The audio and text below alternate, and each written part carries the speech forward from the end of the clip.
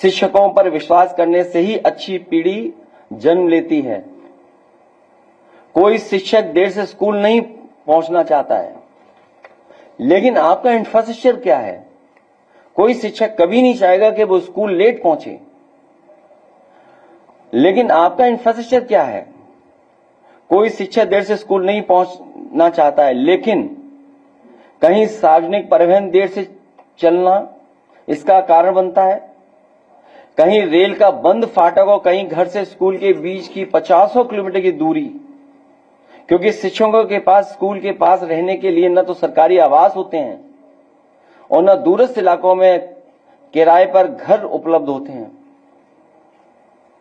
इससे अनावश्यक तनाव जन्म लेता है और मानसिक रूप से उलझा अध्यापक कभी जल्दीबाजी में दुर्घटनाग्रस्त भी हो जाता है, और होते भी हैं, जिसके अनेक उदाहरण मिलते हैं। कई बार हम लोग देखते हैं कि जल्दी के चक्कर में कई ऐसे हमारे टीचर्स हैं जिनका एक्सीडेंट हुआ है, जिनकी जान चली गई है।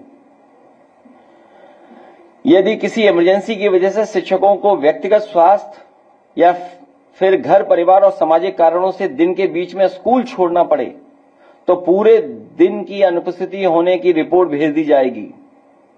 एक्सप्लॉयटेशन शिक्षा विभाग में जो शिक्षक है वो जानता होगा। हमारे बहुत सारे साथी हैं, किस स्तर से एक्सप्लॉयटेशन है। हम और लीडर ऑपोजिशन यहां बैठे थे, जनता दरबार के माध्यम से लोगों से मिल रहे थे। उसी समय एक शिक्षक आया और उसने बताया कि उसके सामने क्या संकट है। हालांकि ट्रांसफर पोस्टिंग के बारे में आपसे बेहतर कोई नहीं जानता होगा, वो झगड़ा शुरू हो गया है। तो वो अपने ट्रांसफर की रेट बता रहा था, कितने लाख? देर से स्कूल पहुंचने या जल्दी स्कूल के वापस जाने के अनेक कारण हो सकते हैं। यहां तक कि विद्युत आपूर्ति के बाधित होने या तकनीकी रूप से भी कभी इंटरनेट जैसी सेवाओं के सुचारू संचालन में समस्या आती है। इसलिए डिजिटल अटेंडेंस का विकल्प बिना व्यवहारिक समस्याओं के पुख्ता समाधान के संभव नहीं है, क्योंकि जब आपका इंफ्रास्ट्रक्चर ही पुअर है तो आप कैसे डिजिटली इतना साउंड करना चाहते हैं, आप हर चीज उसी पे ले जाना चाहते हैं। सबसे पहले अन्य सभी विभागों के प्रशासनिक मुख्यालयों में लागू किया जाए, क्योंकि जहां होना चाहिए वहां डिजिटल अटेंडेंस ही नहीं है। लागू किया जाए जिससे उच्चस्थ अधिकारियों के और जो हायर हैं अधिकारी, बड़े बड़े अधिकारी जो लागू करना चाहते हैं, उनकी अटेंडेंस कई बार चैनल बताता है, दिखाता है कि वो कितना अटेंडेंस उनकी रहती है। सबसे बड़ी बात यह है कि इससे शिक्षकों को भावनात्मक ठेस पहुंचती है, जिससे उनके शिक्षण व प्रतिकूल प्रभाव पड़ता है। बोधपरक शिक्षण के लिए शिक्षकों का भावनात्मक रूप से जुड़ना आवश्यक होता है। स्कूल में केवल निश्चित घंटे बिताना ही शिक्षण नहीं हो सकता है कि आप फोर्सफुली पढ़ाना चाहते हो। शायद अगर फोर्सफुली पढ़ाना चाहेंगे तो संभव नहीं है। आखिरकार शिक्षकों की एकजुटता के सामने भाजपा सरकार को डिजिटल अटेंडेंस, ऑनलाइन हाजिरी, ऑनलाइन अटेंडेंस का अपना आंतरिक निर्णय स्थगित करना ही पड़ा। वो क्योंकि जनमानस और आम लोगों की वजह से सरकार को अपना निर्णय वापस लेना पड़ा। भाजपा सरकार को अब ये समझ आ गया है,